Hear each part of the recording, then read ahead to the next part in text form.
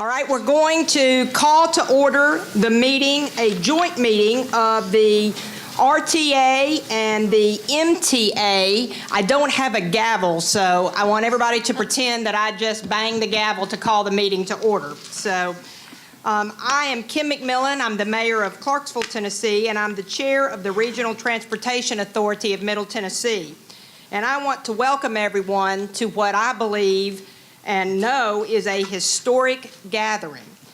This is the first time that the boards of the RTA and the Metropolitan Transit Authority of Nashville-Davidson County have met together.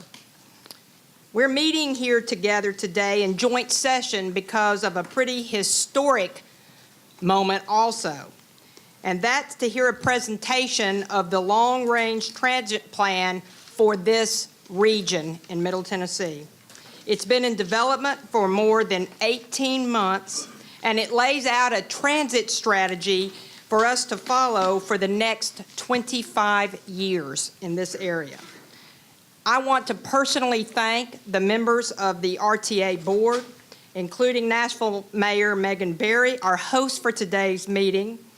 Our board members have been very engaged in this entire strategic planning process from the outset.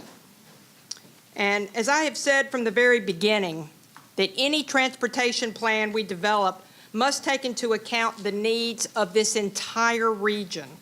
And I'm glad to report that what you are going to hear today with this presentation, I believe, does just that. So at this point, I am going to welcome the members of the MTA board that are here with us. We're very glad that it all worked out, that we could hear the nMotion plan together. And at this point, I would like to welcome MTA Vice Chairman Louis Levine to have a few words to his board, who is also present with us today. Thank you, Kim. I'm here representing Gail Williams, who is actually on her way, and I'm the vice chair of the board. I see the entire RTA board all the way around the room. Our MTA board is just in this little area. There are 5 of us, and each of us is appointed by the mayor, and so we appreciate the mayor's role in doing that. This is a culmination for me of quite a long time. I was on the RTA board quite a while ago, been on the MTA board for a long time as well. We went through a series of discussions about what transportation was going to look like in Nashville about 1.5 years ago. Since then, we've been working on a plan, and this is a wonderful day. It's not a conclusion, but it's really a beginning. And so this is an opportunity for Middle Tennessee and Nashville to come together. And Kim, I appreciate the fact that the 2 boards are able to do this. Mayor Berry has been in office now for about 1 year and has shown herself to be a great friend of transportation and transit. And so I'd like to turn it over to her at this time and say thank you for all you've done so far. Thank you, Louis, and I've only been in 10 months, so we still have 2 more months. And it doesn't seem like a year. That's right. First, I'd like to thank the library today for hosting us. I also wanted to recognize a couple of other elected officials who are here with us from Davidson County. Vice Mayor David Briley is with us, as is Councilmember Freddie O'Connell. Freddie has long been a champion of transit, and we are sitting in his district. I'm wearing a couple of hats today. I'm here in my official capacity as the member of the RTA board, and Kim is so right. All of us on the RTA board know that transit is a regional problem and it needs a regional solution. And I was reminded of that yesterday when I met with the folks who work for Metro Water. And I always, when I meet with Metro employees, ask them, how many of y'all live in Davidson County? And about half the hands go up. And how many of y'all live out of county? And about half those hands go up because they live where you all are. And, you know, I talk to them too about their issues around how they get into work every day and those choke points and the fact that it takes an hour to get in to serve Davidson County. So this is something that we have to take on and we have to address from a regional perspective. I know a lot of hard work has gone in to making this possible today, and the mobility needs that are out there in the community have been a priority for my office since day one. In fact, I have lots of my folks who are here. People need a much easier way to get around, and we know that if they can do that, it improves their quality of life. It's an environmental issue. It's an economic development issue, it's a growth issue, and it's also an affordable housing issue. All of those together are key. And I've heard, this before, that if we have to be bold. And I think what you're going to see today is something that is bold. And this is going to take more than just a week, more than just a month, more than probably my entire time in office. But we have to start, and we have to start now, because it's not going to get any better. I hear all the time from citizens who say, it used to take me 10 minutes to get from point A to point B, and now it takes me 20. And if that continues to double and double and double again, we know that it will have a huge impact on our ability as a region to attract, maintain all of those citizens that we want to keep here. So I'm so grateful for all of the hard work that Steve Bland and his team have done to make this possible. We're going to hear some really exciting things today. And with that, we'll be able to take those exciting things and move to action. Because at some point, you actually have to stop studying things and actually put a shovel in the ground. So thank you so much for all of your hard work. Mayor McMillan has been key in making all this possible, so thank you. And I'll turn it back to you.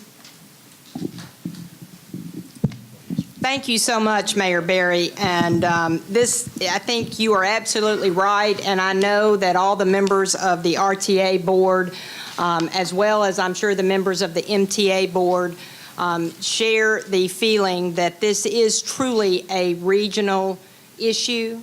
It's a regional problem, and it needs regional solutions. And I think the members of the RTA board that are here today, along with the MTA, stand ready to do whatever it takes to make sure that we put those regional solutions into action. So in order to get to, I think, the real heart of why everybody is here today, I have to tell you that the RTA does have some preliminary business. This is a meeting, and we're going to have to conduct that business. So at this point, I am going to open up the floor for public comments. We had asked that everyone register and sign in for public comments.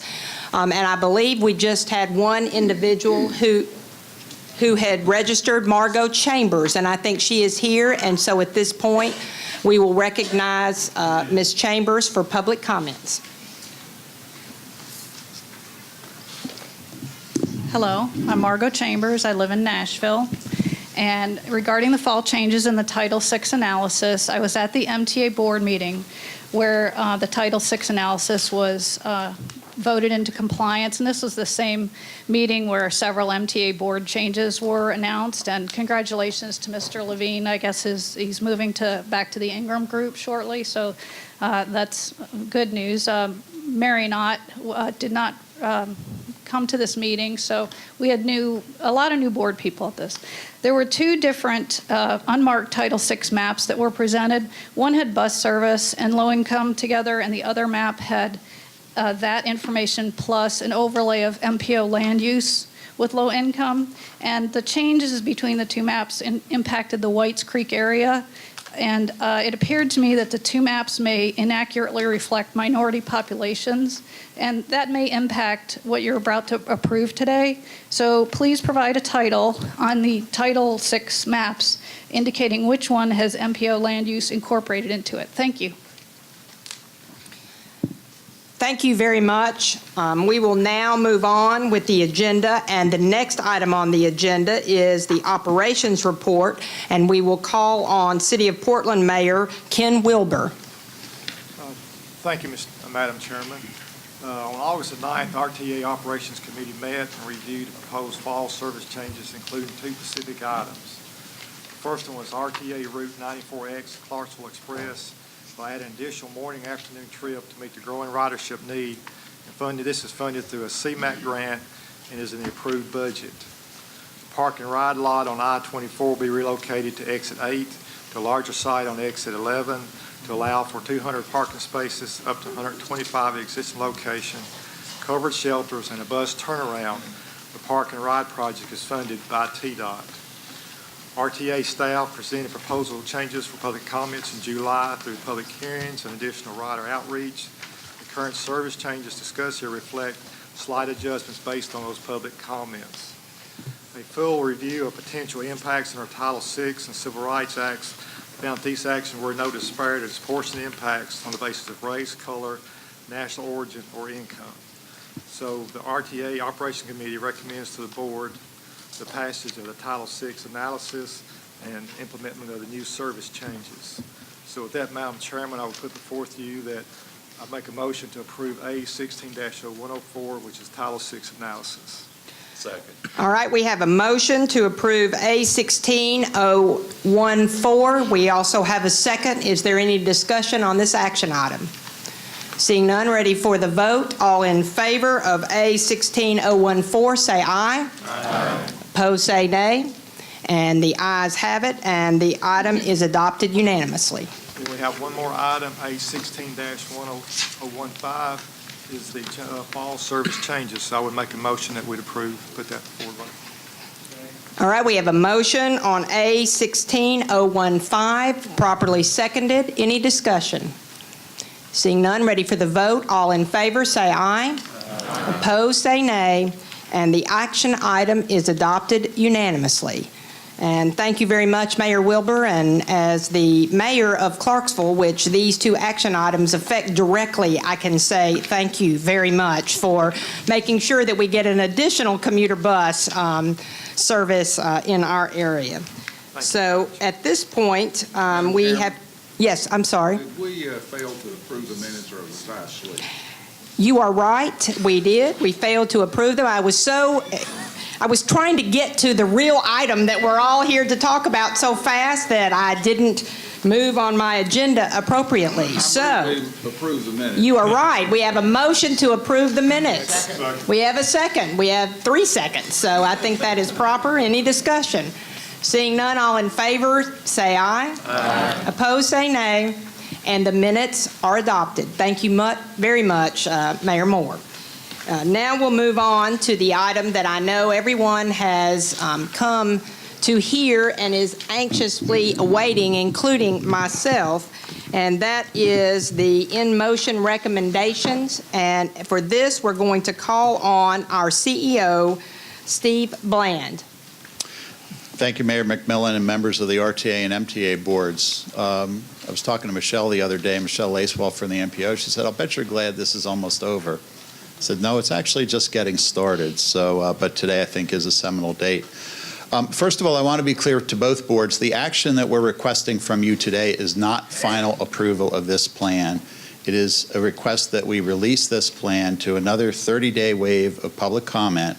So folks from the public still have an opportunity to make their comments as they will at your public meetings next month. So that's the official action. That's not to formally adopt the plan. We've been transparent through this process, and we want to make sure people have the opportunity to see, feel, hear, and touch the various findings.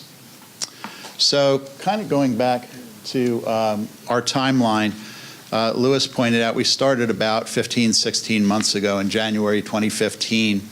And that followed significant earlier planning work. I want folks to understand that this wasn't a standalone effort. This followed up earlier work by the Metropolitan Planning Organization on their bold new vision for mass transit that was originally adopted with the 2010 Long Range Transportation Program. And within the city of Nashville and Davidson County, it closely followed the recommendations adopted in the Nashville Next comprehensive plan. So we always viewed the purpose of nMotion as adding a little bit more depth, a little bit more detail, a little bit more texture to the transportation, mass transit, and mobility aspects of those very aspirational plans. Underlying all of this work is the fact that no one here denies or can deny that our region is one of the fastest growing in the country, and we're expected to add 1 million more people, which is pretty unbelievable, over the next 25 years. So as tough as it is to get around today, if we don't act boldly and we don't act quickly, we will fall further and further behind. Now, many of you will remember as the AMP Bus Rapid Transit project was becoming impractical a year and a half ago, we heard 2 recurring criticisms from the public directed toward the MTA that we took to heart. And this was true even among those who supported the project. First, people didn't really get a sense of how the AMP fit into a broader regional system. You know, we may like the project, but how does it fit into an overall system? And in a few moments, I'm going to call on Jeff Slater from our lead consultant, Nelson Nygaard, to kind of walk through various components of the system that's being proposed. The second thing we heard was that we really need to be much more aggressive in our public engagement. We needed to go out to speak to broader audiences and more people. And from the outset, the boards of both the MTA and the RTA saw that as a key objective. And we originally set our goal at 10,000 reaches into our region. You can see by the attached chart and the documents that we're publishing today include a very detailed summary of public engagement activities.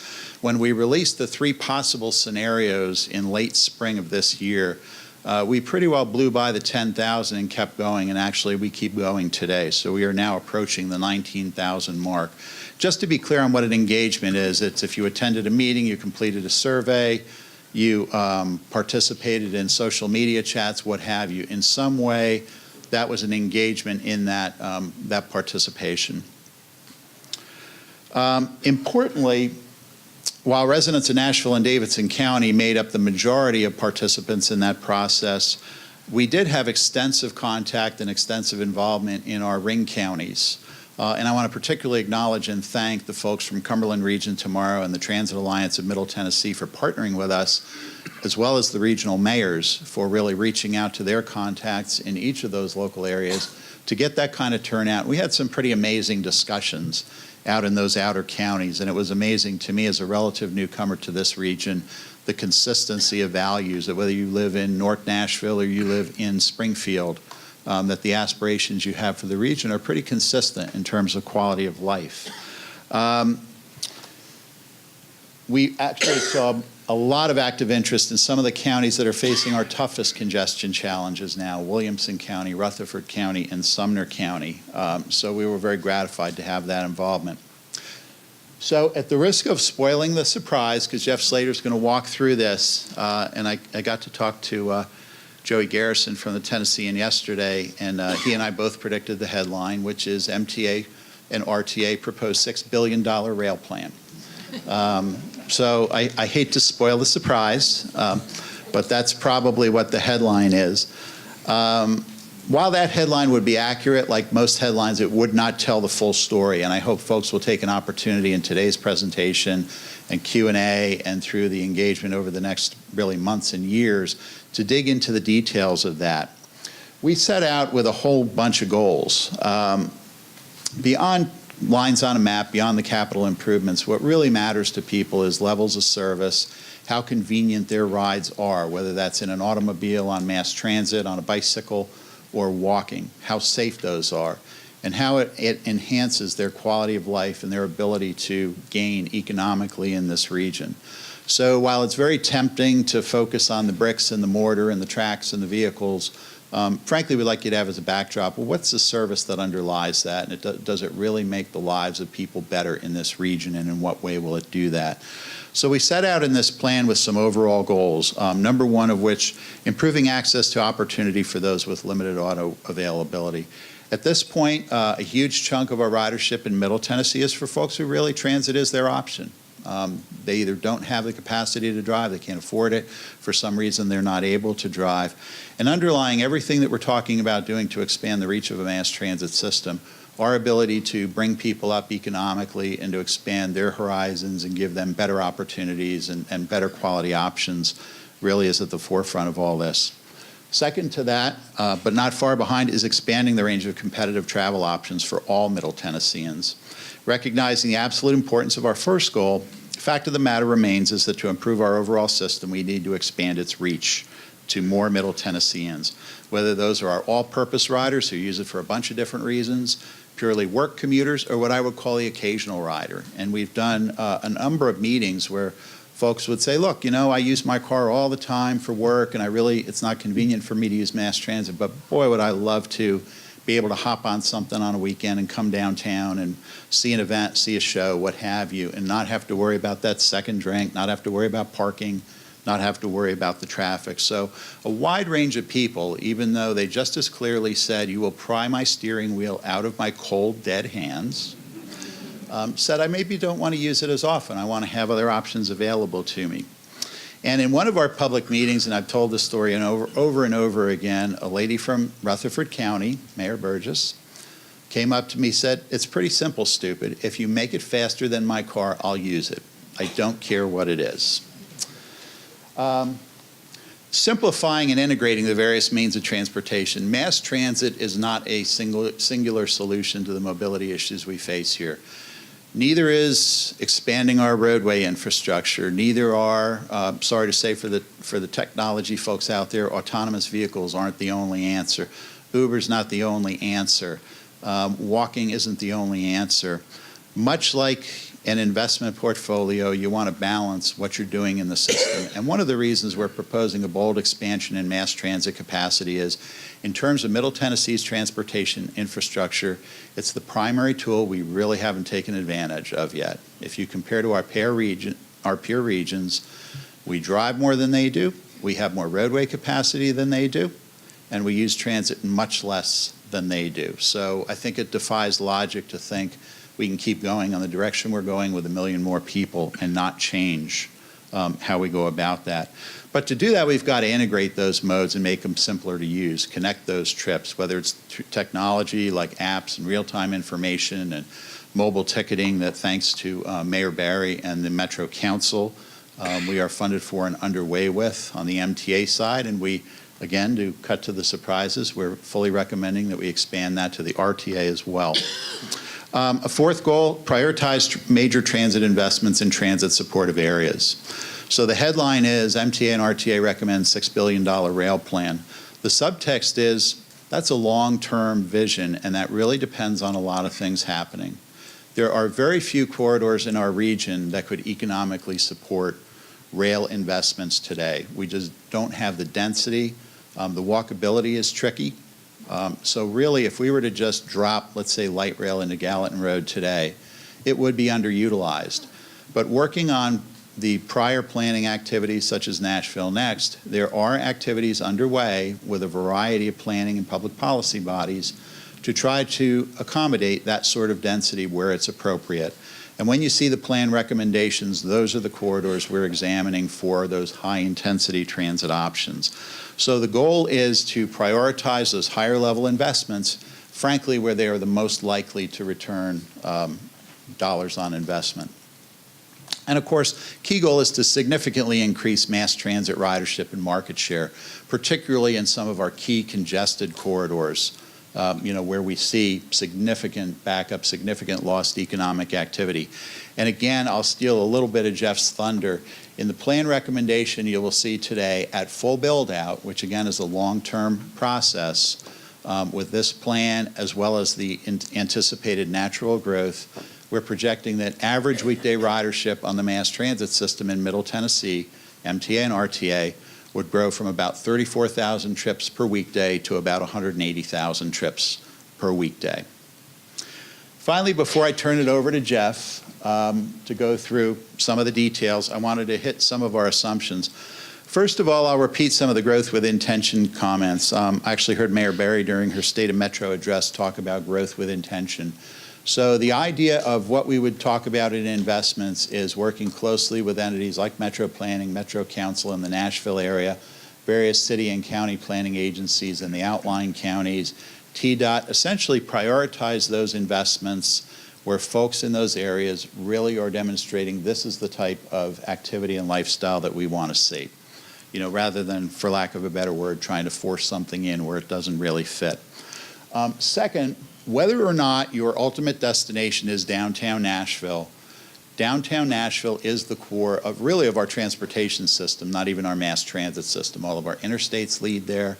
And for many neighborhoods within the city of Nashville, for many communities within the region, the straightest line from point to point goes through downtown. And right now, overall traffic flow, and particularly transit traffic flow, is a barrier to regional mobility.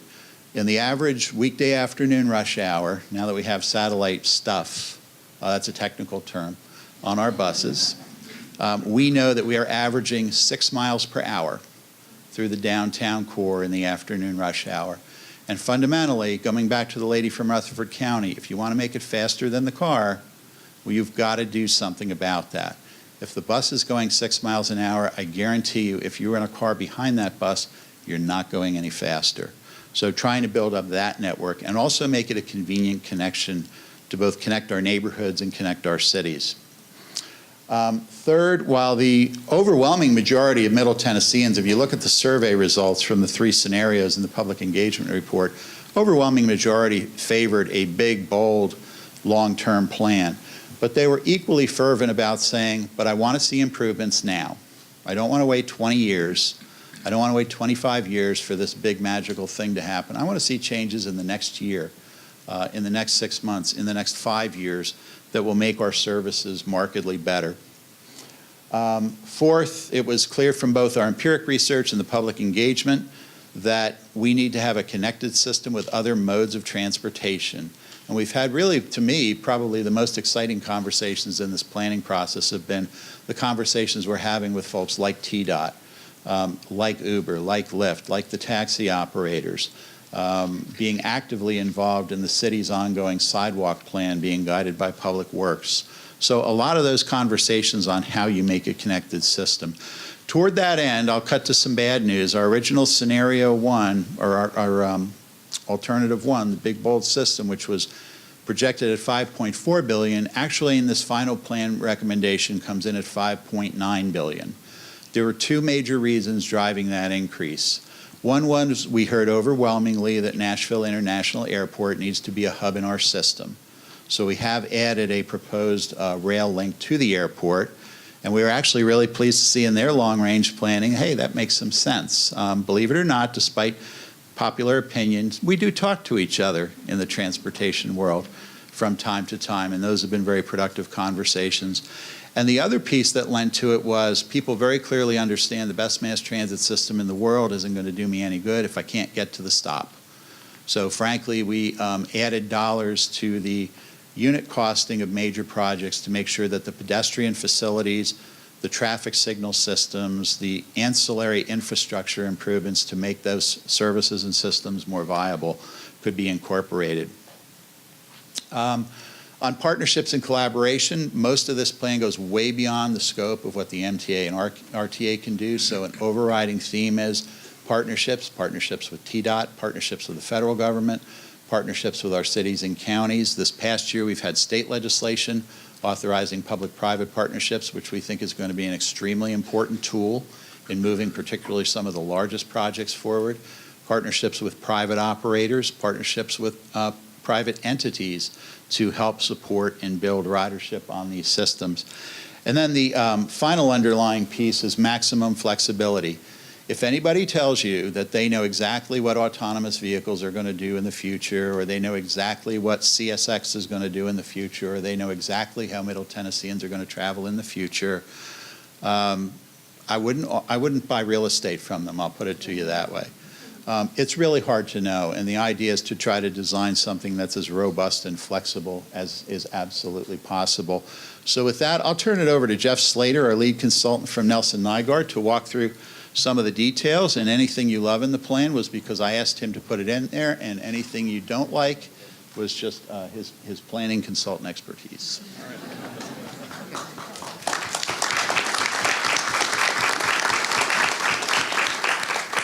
Well, Steve, I guess sort of thank you. Steve has already called this a $6 billion rail plan, which is something I was not supposed to do. But what I'm going to do is give you an overview of the entire plan and show you that it's really a lot more than a $6 billion rail plan. And if you look back a couple months ago, we went out with 3 scenarios, different ways of doing things that at one end was just continuing with modest improvements. To the high end was to develop a comprehensive regional system. And what we heard pretty overwhelmingly was that people would like a comprehensive regional system. And so that is what we have put together here. And so it includes many things. It does include rail, of course, but it includes a lot more things. It includes a lot of small things that can make a big difference in the short term. It includes a lot of big things that can make a big difference in the long term. And it includes a lot of things in between. So to try to organize those and as a way to walk through them, we've organized them into really 7 themes that are to make service easier to use. And this, I'll go through each of these, includes a number of changes that can be made over the next couple of years to make service much easier to use and ensure that as the system builds, it gets easier and easier to use. Improve existing services. One thing that we heard very loudly was that existing services weren't robust enough. They're too inconvenient to use. So changes in the short term and again going forward to make service more convenient to use. Make it easier to get to and from transit, and especially as the region grows, that becomes a bigger and bigger problem.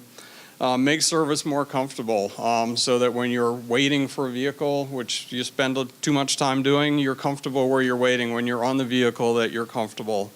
Develop a network of regional transit systems. As Steve already touched on, not everybody wants to come into downtown Nashville or make a connection through downtown Nashville. So a number of improvements that will make it easier to travel around the region without coming into or through downtown.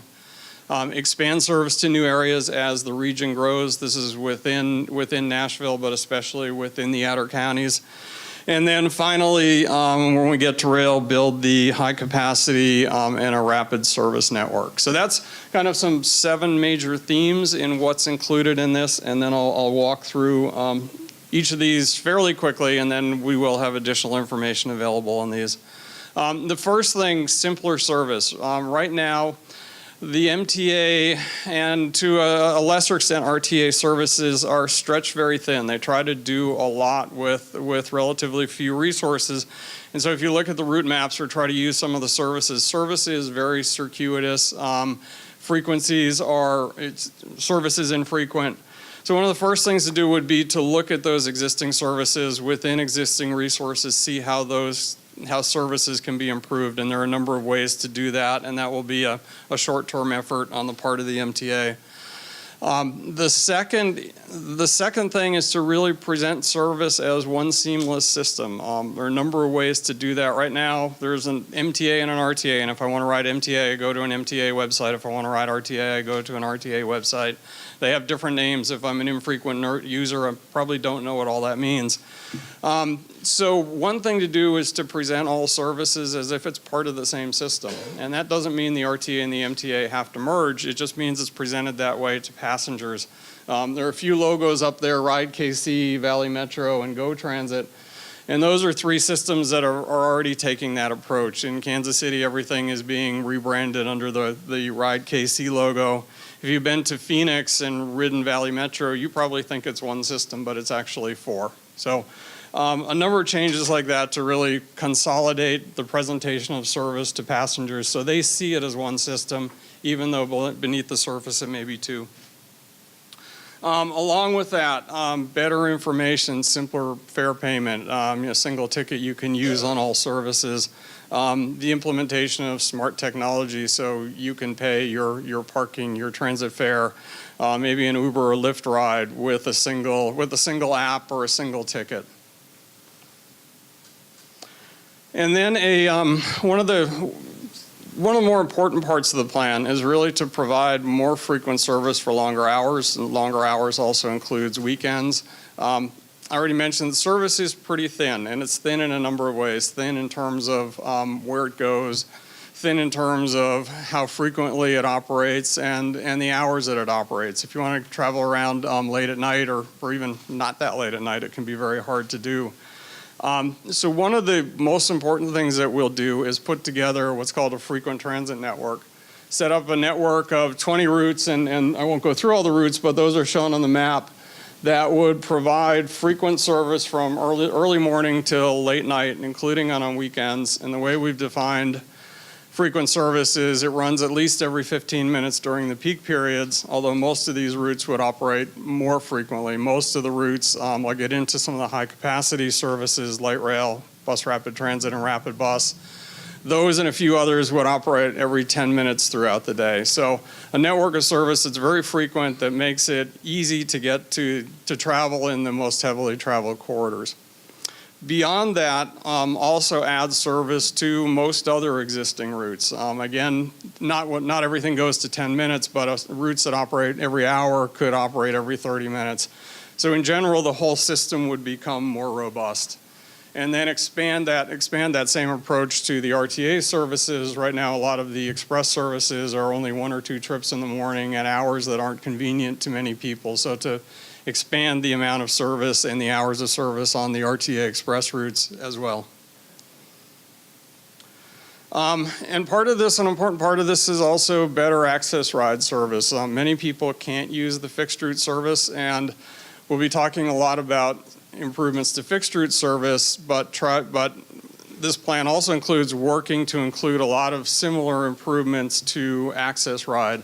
One of the things that's been a really big deal for MTA in the last year has been the provision of real-time information. At the beginning of this process, we heard over and over again, we want real-time information. Now it's here for the MTA. Part of this would be extend that to access ride. Also look at ways to provide no advance reservation service, which could be the use of Lyft or Uber or traditional taxis, and then expansion of the service as demand increases, as the population increases. Steve did mention downtown Nashville, which is where most things come together, even with more regional traffic. Downtown Nashville will remain the focal point of the region, and it's important for transit to be able to operate efficiently in downtown. Even if you're taking an express bus from Clarksville, it gets bogged down and it gets slow when it gets in downtown. So this is something that's very important for Nashville, but it's also very important for the region. A few things that we were looking to do there is making service simpler. Again, if you look at the existing route map, there are buses operating on almost every street. It can be hard to know where to go to get the bus you want. So we've looked at a way to reconfigure service, and this is really just a concept. The actual implementation could shift from this. But to focus buses on fewer streets, provide transit priority on those streets, develop what we call transit emphasis corridors that do have transit priority, hopefully bus lanes, very high quality stations, again, providing a comfortable environment for passengers to use transit.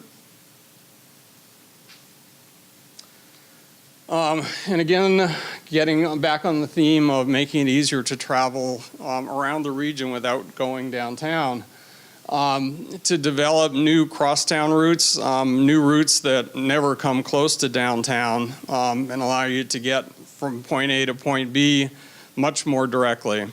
And then, as Steve did mention, many of the routes, the direct route for many trips is through downtown because of the way the Cumberland River runs or because of other man-made barriers. The best way to get there is through downtown. Right now, all the routes come into downtown. They end there. If you want to make that trip through downtown, you have to get off one bus and onto another bus. So another idea, and this is something that could be a short-term improvement, is to combine routes that operate into downtown to a single route that operate through downtown. So you may go through downtown, but you're traveling in the most direct manner possible and on one bus. And then next, improving access to transit. 40-foot transit buses or 60-foot transit buses will never be able to go everywhere, but people do live and work everywhere.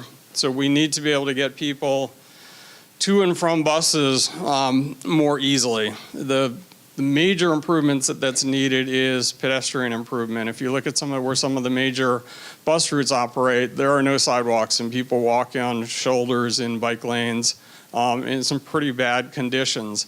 And so if we want transit to really be successful in Nashville and Middle Tennessee, about over 80% of people will walk to and from a bus, and we have to make it possible for them to do that in a comfortable and convenient manner. So that, above all, is the most important improvement in that area. Looking outside of Nashville and into the RTA area, development of more conveniently located park and ride lots. Many now are located at a place where a business says you can use my lot, but it's not really convenient. So the development of purpose-built lots that are in convenient locations to encourage more use of express bus service. Also looking to the private sector, and an approach used in other parts of the country is private shuttles from business parks or office parks to bus routes. And I talked about the development of outlying transit centers, and those create a focal point where private shuttles can bring people to public buses.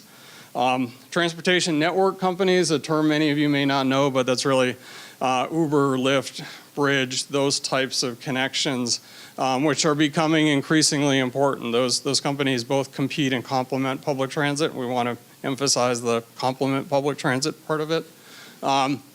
The graphic on the right, which may be a little hard to see, but that's a Lyft ad from Boston, and the dark black lines are the subway system in Boston.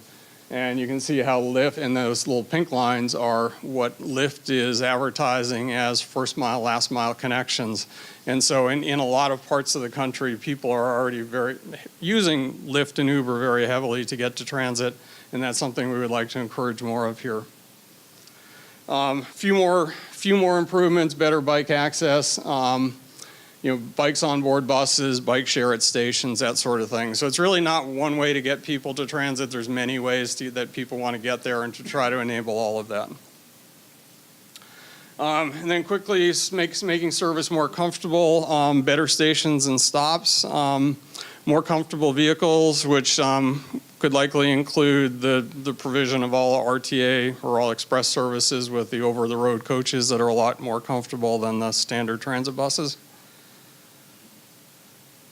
I touched already on the outlying transit centers, and the map on the upper right will give you an idea of of locations for that. So when I talked about trying to make it easier for people to transfer throughout the region without going through downtown, that picture on the right will give you an idea of really how extensive the plans for that are to really make it a lot easier to travel regionally. These transit centers would be sized in very different ways depending on the location, depending on the demand. Some of them could be very large facilities with parking garages, and that's an example to the right of that. And many of them could be much more modest facilities that are places where people connect by bus and can get there by bike and walking that don't have parking. So the network would be pretty extensive, but the type of facilities that would be developed would be very specific to the needs of certain locations. Expanding service to new areas. This is the regional map here. What many people have been calling the green clouds are areas that we have identified where the demand for local service will either increase or emerge. Local service is being provided in Franklin, Murfreesboro, and Clarksville, and so that doesn't imply that new services will be developed there, but instead that the existing services would expand. In the other area, all of the other areas, well, I guess with the exception of the Murfreesboro corridor, there is not local transit service now, and that demand would emerge, and so this plan envisions adding service in those areas. We're not making any presumptions of who would operate that, whether that would be a local provider like Clarksville Transit, or whether it would be RTA. It could be either. We just wanted to make sure that that need was covered within the plan. And then I mentioned the RTA area, but also looking to expand service within Davidson County. That's mostly to fill gaps within the existing system. In terms of coverage, where routes go, not how much there is. MTA does a pretty good job at providing coverage, so it's really beefing up those services, filling gaps, and some minor expansion to new areas. And then getting on to the development of a high-capacity transit network and a rapid service network. And this is where we do get into rail. And so this plan envisions light rail, bus rapid transit, which is bus service that operates as much like light rail as possible. Rapid bus, which would be an enhanced version of what MTA now calls BRT Lite, so really that type of service, but with more features. Commuter rail to Northwest Corridor improvements on Music City Star. Something we call freeway BRT in the major freeway corridors where buses would have direct access. I'll go into this in a few minutes, but direct access from the highway into stations in the surrounding areas rather than having to wind around through local streets. Other improvements to express services and regional rapid bus services, and then also airport service. So quickly, where those would be. Light rail, where this plan includes 4 light rail lines in what are the currently the highest volume corridors in Nashville, and the corridors that Nashville Next identifies as corridors with much more, as places where development would be focused, more mixed-use development. the type of development that would could very strongly support light rail. So those corridors are shown in red here on the map, the Charlotte, Nolensville, Murfreesboro, and Gallatin corridors. And then notice on the map here, I'll just go over here. Murfreesboro corridor, a corridor that goes up to the airport. So service would come down here, half the trips would continue down to around Bell Road, half would go up to the airport. So that would provide light rail service to the airport. And then we also show on the map in a black line, Northwest Corridor commuter rail. That would be commuter rail service, but within North Nashville, there'd be supplemental service that would provide service that's not light rail, but in many respects very similar to light rail. And then looking to supplement that and some other high volume corridors, looking at bus rapid transit services, and we've defined two types of bus rapid transit service: full, which means that we would envision dedicated bus lanes for the entire length or most of the length, and then arterial BRT, and that would be in the Dickerson corridor, and then arterial BRT in the West End and Hillsborough corridors. And those are corridors where arterial BRT could be more likely side-running bus lanes, and those bus lanes could be either all day or they could be peak period only. So it's still BRT, but kind of something that's between rapid bus or BRT light and full BRT, and that reflects some of the constraints in those corridors. Then moving out to rapid bus, which are on the map in the blue lines, the lighter blue lines. And again, that service that's envisioned to be really best put as an enhanced version of the MTA's BRT light service, specially branded network of services, probably further enhancements. There are pretty good stations that are out there now, but some further enhancements to that, more frequent service, some adjustments to stop spacings, but that would be a very important part of the system. 9 of those routes, 3 of them which would be in Davidson County, and then 3 of them that would provide regional connections into Nashville or light rail lines. And then jumping out to the wider region, the development of commuter rail. And you can see here commuter rail up to Clarksville. The AA on that is now being completed. We have a pretty good idea how that would work, but there are still some outstanding questions, especially how to get service into downtown. But this still is in the plan, acknowledging that there still are some questions on how that would be fully developed. And then on the Music City Star Line, upgrading that service to 7-day-a-week, all-day service. So right now it's peak period only, pretty limited. People would like more service, and that would turn that into really all-day, much more robust service.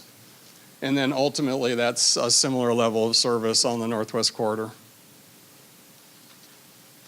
Then freeway BRT in 3 corridors, I-24 East, 65 South, and then 65, Ellington Parkway or 65 South going up to 386. So really the Northeast, the Southeast, and the South corridors. And those are the busiest and most congested freeway corridors.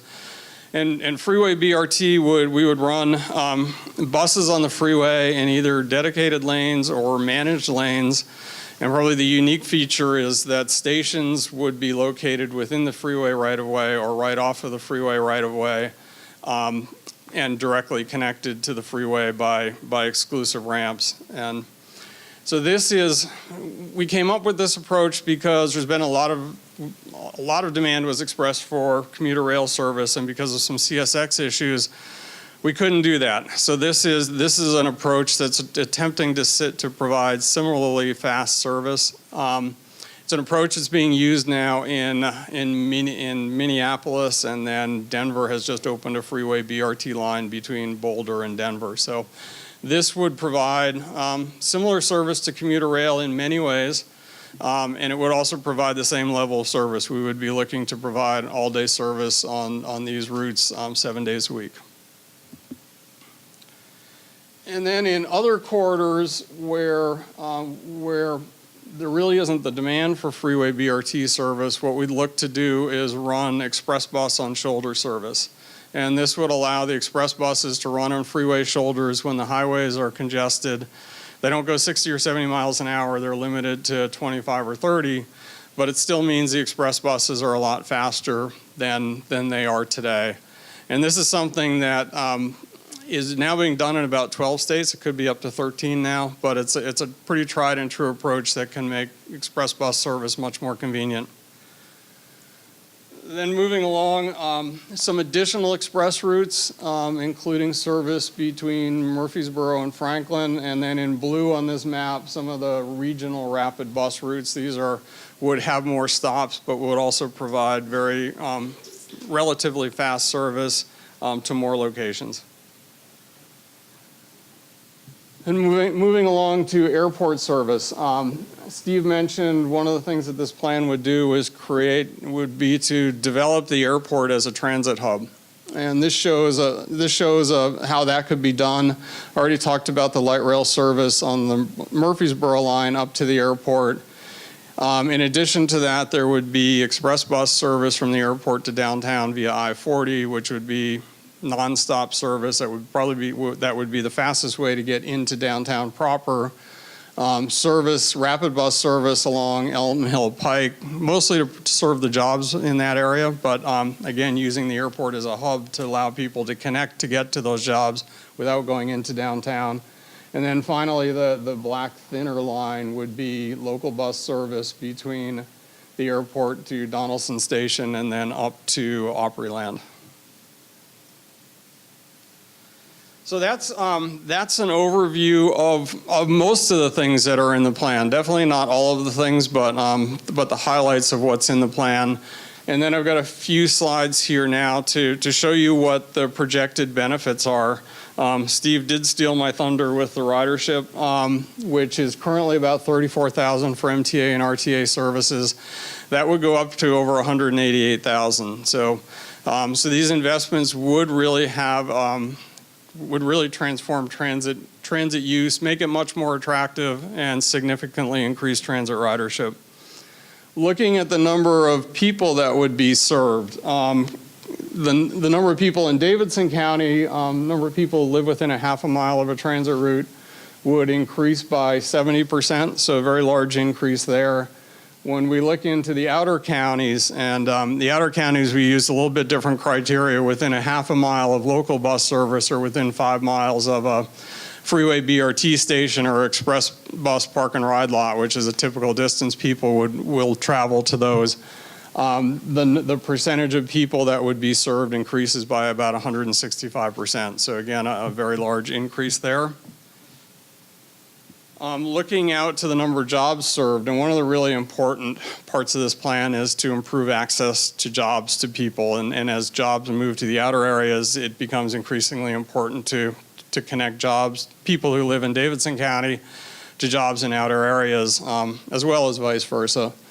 But so looking at the number of jobs served, the number in Davidson County would increase by 110%, and then in the outer counties, that number goes up to 640%. And I should mention, for the number of jobs in the outer counties, we just did look at within a half a mile. People won't go from at the outer end of the trip to 5 miles doesn't work anymore. So this is just limited to within a half a mile, and then we'd be looking at those first mile, last mile connections to get them there. Steve also mentioned an important part of this project is really to make it easier for people who don't have as many options to travel around the region, and especially connecting them to jobs, but as well as to other services and social activities. So right now, if we look at the number of low-income residents in David County, the amount of service that is provided would increase by 231%. So very large increases in the amount of service to everybody, but particularly large increases to the number of low-income residents.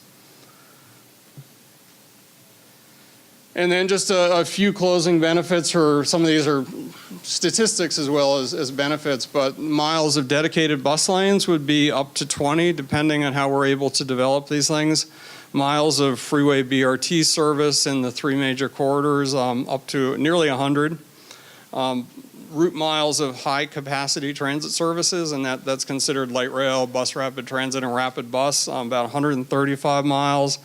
Miles of pedestrian improvements, we're assuming that on all of those high-capacity transit services, there would be pedestrian improvements along and to and from those corridors. So about 200 miles of pedestrian services. The percent of services that would be frequent, and frequent again is every 15 minutes during peak periods. Most would be 10 minutes. Right now, only about 20% of service is frequent, meets that criteria with the plan. About 41% would be, so a doubling, more than a doubling of that. And the percent of service that would be fast, again, the comment, if you make it faster than driving, I'll take it. We won't always make it faster than driving, but we will make it faster. That increase is about 70%. So some pretty significant increases in the number of people who would benefit from service and that would ride it. So with that, I'm going to turn it back on to Steve to talk about costs. I'm not sure how I inherited this slide, but you see the cost breakdowns there. It's estimated a capital side of $5.9 billion.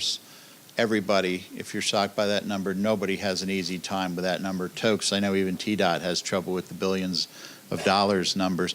We also break down, though keeping in mind it's a lot of money, there are also a lot more people, and they're bringing their traffic with them to the region. They're also bringing their money with them to the region. So one of the ways this breaks down is to about $244 per capita per year. We currently spend in the region about $68 per capita per year, so this plan would represent an increase of about $176 per capita per year, $15 a month. We're all a little different, but I suspect most of us are spending more on our cell phone bills and our premium cable channels. We expect the debate over how much to pay and how to pay for it to be, shall we say, spirited and robust, at least as robust as the actual plan itself. And that's something we should welcome. That's something every region that's done this has had to go through, and the successful ones have been able to navigate it successfully. In terms of next steps, we have designed this as a building block approach, and you'll see in all of the graphics kind of the short-term, medium-term, long-term. And a lot of the way it's designed is to use short-term steps to build toward longer-term success. So short-term steps will have immediate benefit, but they will also set us up for longer-term success. The last thing I'll close with is a comment about how we pay for all this, because every single member of both boards that I've talked to about these things has said, how do we pay for this? Everybody I've talked to in the how do we pay for this? And I guess the way I would answer it at this point is, if my 20-year-old son comes to me and says, I need $1,000, and I know you've got it in your checking account, you need to give it to me, well, my immediate answer is, what's in it for me? You know, what am I getting out of this? So I think one of the things we would advocate is that before we get too deep into here's how we fund it, that frankly we try to gain some regional consensus that we're shooting at a target that we really want to hit. So, and that's why I kind of defer back. I think many of you think I've been evasive in saying, well, you know, there's 10 million different, but the real factor is what we've seen across the country time after time when these initiatives have gone to ballots, the pass rate is about 70%. And the reason is the regions that have successfully done this have been able to demonstrate this is what you're going to get for your money, this is how you're going to pay for it, and this is when you will see benefit and the types of benefits that you will see. So frankly, I think if we're able to get to that point, it makes the how we pay for it a little bit easier. So Madam Chair and Madam Chair, that concludes our report.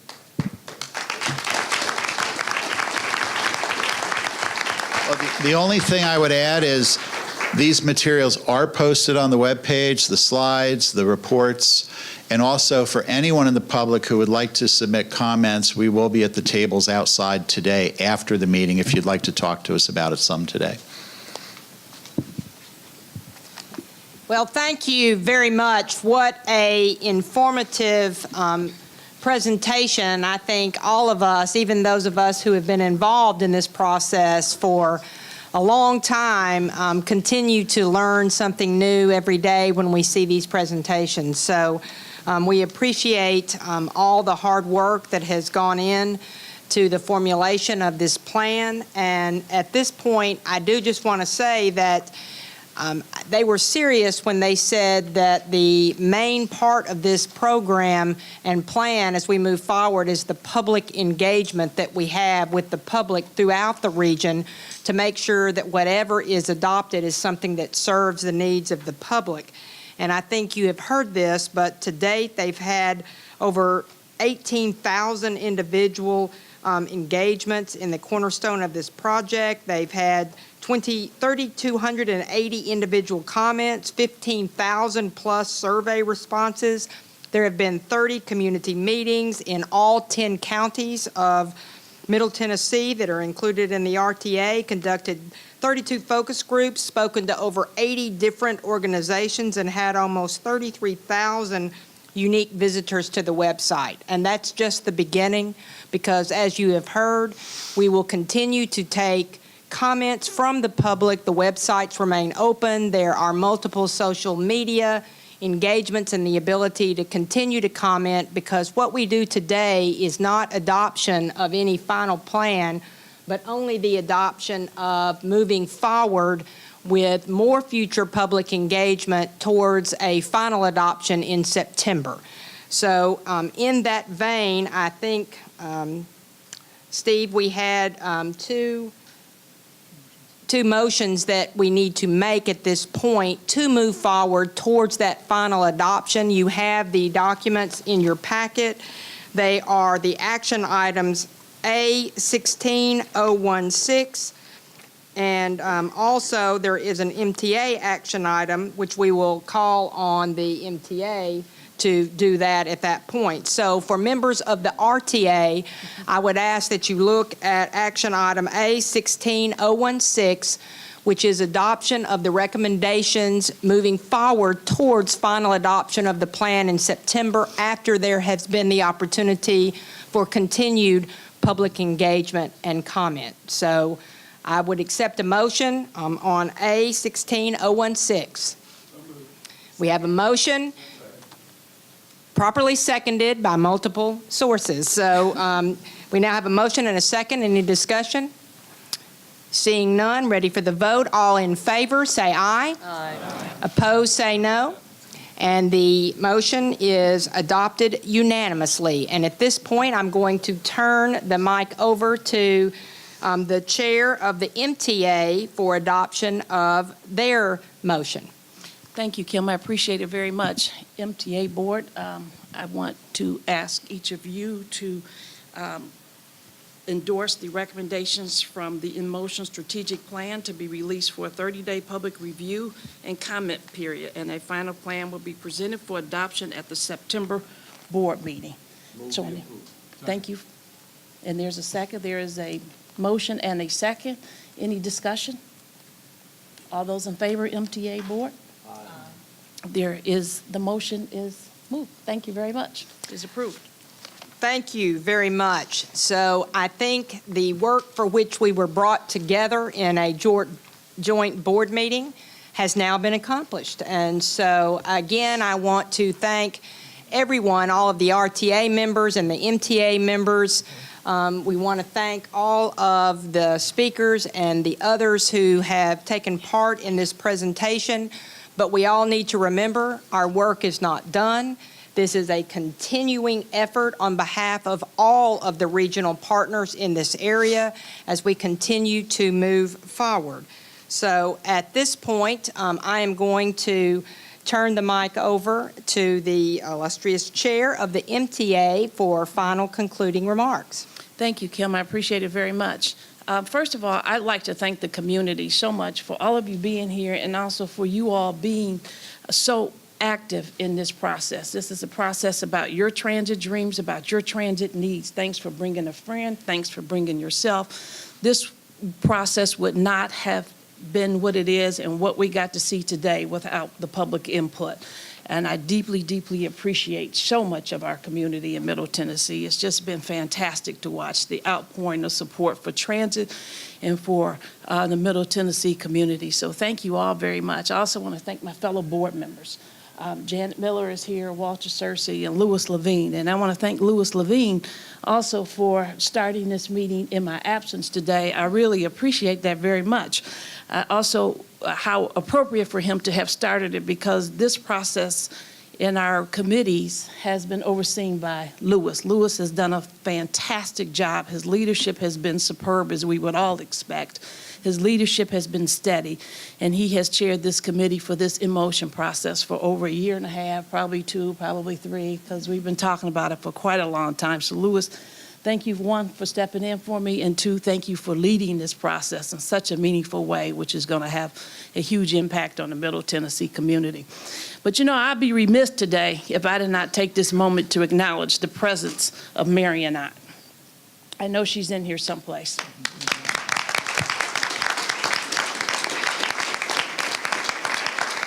Marion just concluded her term on our board and served most recently as chair of our board of directors for, I think, the 2nd term that she did. And to say that she epitomizes all that is best about the MTA and about public service in general would be a severe understatement. Her commitment to transparency and decision-making, her demand for best possible information to support our decisions, and her absolute interest in serving those in our community who have the greatest need for our services is beyond comparison. I would love to take the time to outline a list of her many accomplishments with respect to public transportation in our community, but we'd be here for an awfully long time, maybe a couple of days or even more. But it's very impressive, the work that she has done. Needless to say, this nMotion process would not have happened without her leadership, and we are all very deeply appreciative. Suffice it to say, there's no question in my mind that Marion is one of a very small handful of people in this community who can truthfully say that without her, we could not possibly have enjoyed the many successes to date that position us to take on the aggressive agenda called for in this plan. Marion, thank you, thank you, thank you on behalf of so many people here. Thank you.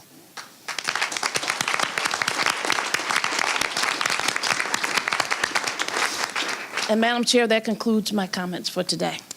Thank you very much, and I would also like to acknowledge Marion's role not only as the chair of the MTA board, but I think it's easy for all of us to forget that she actually played a role in the RTA and the whole regional transit effort. Marion was the founding executive director of the RTA way back in the day, as they say, and its growth and success, including the construction and commissioning of Tennessee's first and only existing commuter rail line, the Music City Star, could not have been possible without Marion's efforts. So we want to make sure that we all acknowledge her for all of her public service and her work in that regard.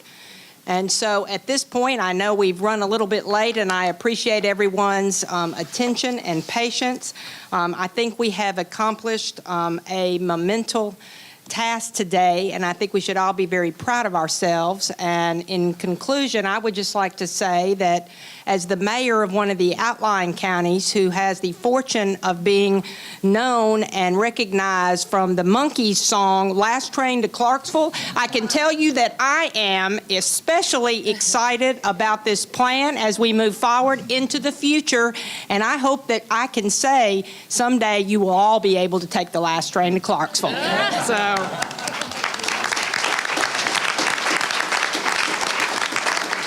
So at this point, I would ask if there's any other business to come before the RTA board.